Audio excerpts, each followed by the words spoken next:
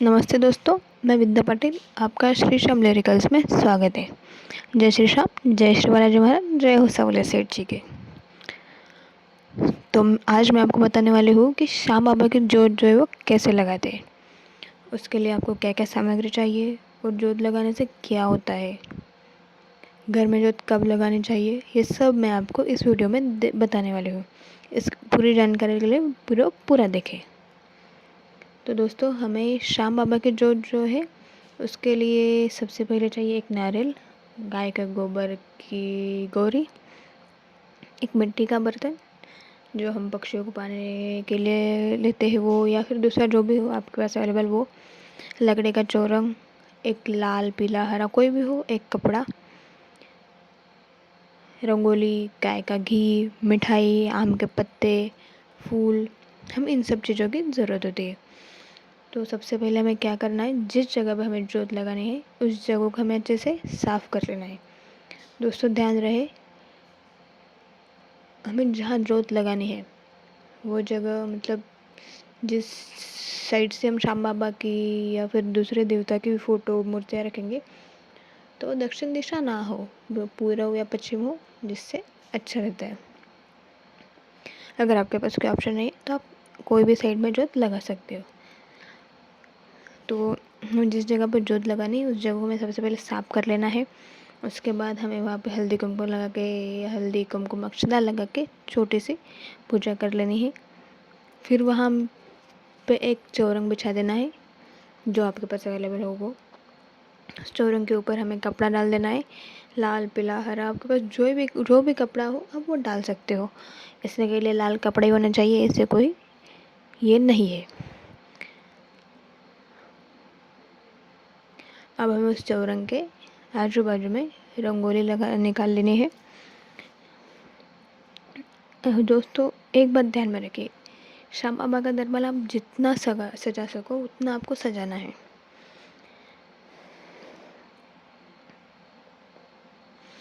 फिर हमें उस चौरंग पे श्याम बाबा की तस्वीर, अगर आपके पास हनुमान जी की तस्वीर है, मूर्ति है, तो वो मूर्ति रखनी है। श्याम बाबा की तस्वीर, मूर्ति जो भी आपके पास है उसे रखनी है। हमें गणेश जी की तस्वीर, मूर्ति रखनी है। श्री सावलिया सेठ जी, लड्डू गोपाल जी, आपके कुल देवता की आपके घर में कोई मूर्ति है, फोटो है, हमको उसे भी वहाँ पे विराजमान करना ही है।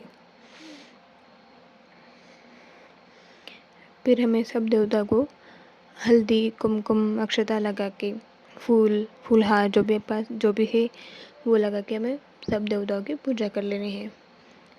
दोस्तों हमें इस जोत में कलश भी भरना है।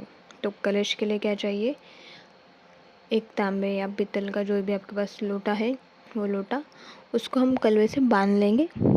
हमें 5 बार जो लाल कलवा आता है, मोली का धागा वो जिसे बोलते हैं, उसे हम 5 बार बांध लेंगे।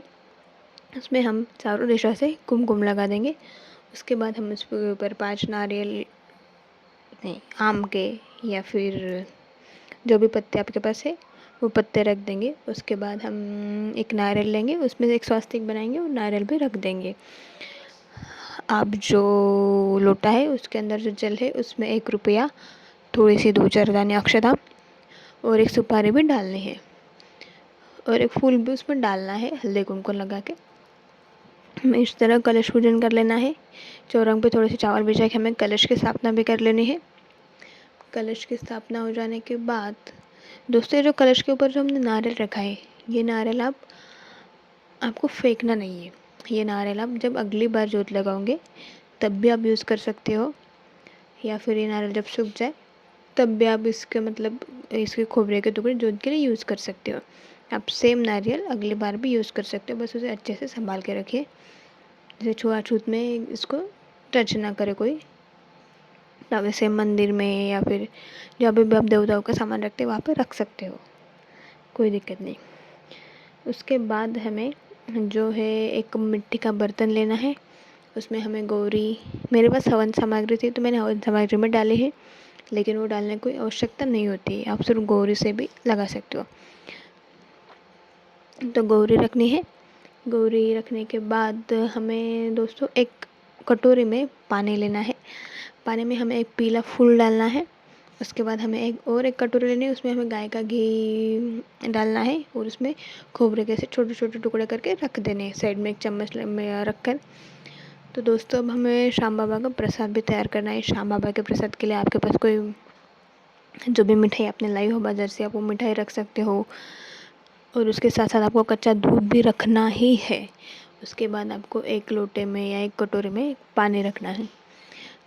अगर कोई मिठाई ना हो, आप अगर घर पे खीर बना सको या फिर चूरमे के लड्डू बना सको, चूरमा बना सको, तो बाबा को वो तो बहुत प्रिय है, आप वो भी रख सकते हो। उसके बाद हमें क्या करना है दोस्तों, जो गौरी है हमें उस मतलब वो मिट्टी के बर्तन में ही एक दिया लगा देना है।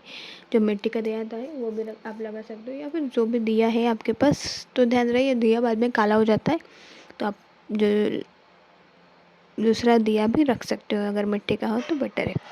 वो दिया आपको लगाना है। दिया लगाने के बाद आपको जोत लाने हैं। आप कपूर भी लगा सकते हो, या फिर आप जो ये उपले है मतलब गौरी है उसका गैस पे भी गर्म कर सकते हो।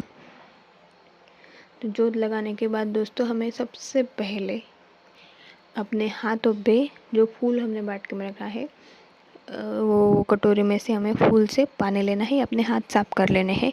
हाथ साफ करने के बाद ही हमें जोत लगाने हैं।